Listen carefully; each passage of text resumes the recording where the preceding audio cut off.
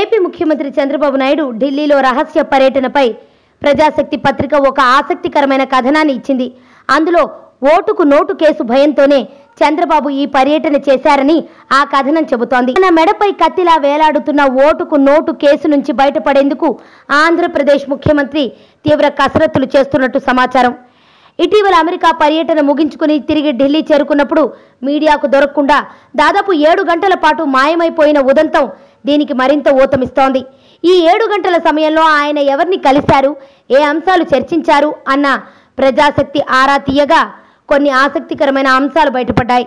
తనతో పాటు ఉన్న రాష్ట్ర ఆర్థిక మంత్రి యనమల రామకృష్ణుడికి కూడా తెలియకుండా రహస్యంగా చంద్రబాబు కొంతమంది ప్రముఖులను కలుసుకున్నారని తెలిసింది.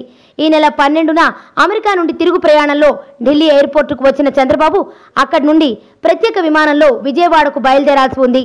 కానీ చంద్రబాబు తనతో ఉన్న రాష్ట్ర మంత్రులకు, అధికారులకు సమాచారం ఇవ్వకుండా ఒక్కరే అనధికారికంగా ఢిల్లీ ఎయిర్పోర్టు నుంచి నేరుగా ఆంధ్రప్రదేశ్కు చెందిన ఒక ప్రముఖుని నివాసానికి చేరుకున్నారు. అక్కడకు మరో 2 ప్రముఖుల్ని పిలిపించుకుని దాదాపు 4-5 గంటల సేపు మంతనాలు జరిపారు. ప్రధాని మోడీతో వైసీపీ నేత జగన్ హఠాత్తుగా భేటీ కావడంతో చంద్రబాబు అప్రమత్తమై తక్షణం నష్ట నివారణ చర్యలకు దిగినట్లు సమాచారం. ఢిల్లీ పెద్దలతో రహస్య భేటీ ప్రధానంగా ఓటుకు నోటు కేసు మీదే జరిగిందని విశ్వసనీయ సమాచారం. ఓటుకు నోటు ఆంధ్రప్రదేశ్, తెలంగాణ రాష్ట్రాలకు సంబంధించిన కేసు కాబట్టి 2 రాష్ట్రాల్లోనూ దీనిపై చర్చ జరుగుతోంది. అత్యున్నత న్యాయస్థానంలో విచారణ జరుగుతోంది. 2 నెలల క్రితం సుప్రీంకోర్టు ఈ కేసుకు సంబంధించి చంద్రబాబుకు నోటీసులు జారీ చేసింది.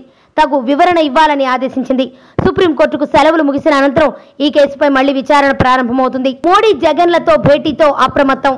ఈ నెల 10న ప్రధాని నరేంద్ర మోడీతో వైసీపీ అధ్యక్షుడు వైఎస్ జగన్మోహన్ రెడ్డి భేటీ కావడంతో చంద్రబాబు అలర్ట్ అయినట్టు సమాచారం.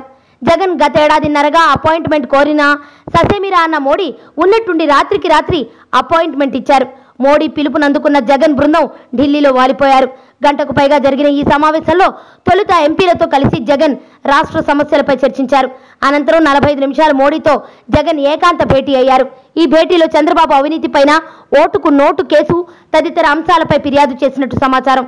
దీంతో తనపై ఎప్పుడైనా మోడీ కేసులపై విచారణకు ఆదేశించే అవకాశాలున్నాయని భావించిన చంద్రబాబు హుటాహుటిన దీనికి ఇక్కడితో అడ్డుకట్ట వేయాలని, కేసుల నుంచి బయటపడాలని, అందుకు ఏ రకమైన చర్యలు తీసుకోవాలో వారితో చర్చించినట్టు విశ్వసనీయ వర్గాలు తెలిపాయి. మరోవైపు సీఎం చంద్రబాబు ఆ 7 గంటలు ఎవరికి కనిపించకుండా ఎక్కడికి వెళ్లారనే విషయమై సర్వత్రా ఆసక్తి చర్చ జరుగుతోంది. వైసీపీ నాయకులైతే ఏకంగా విలేకరుల సమావేశాలు నిర్వహించి మరీ ప్రశ్నలు సంధిస్తున్నారు. ప్రతిపక్ష నేత హోదాలో జగన్ ప్రధానిని కలిస్తే ఉలిక్కిపడిన టీడీపీ నేతలు ముఖ్యమంత్రి 7 గంటల సేపు ఢిల్లీలో ఎక్కడున్నారో, ఎవరిని కలుసుకున్నారోనని చర్చించుకుంటున్నారు.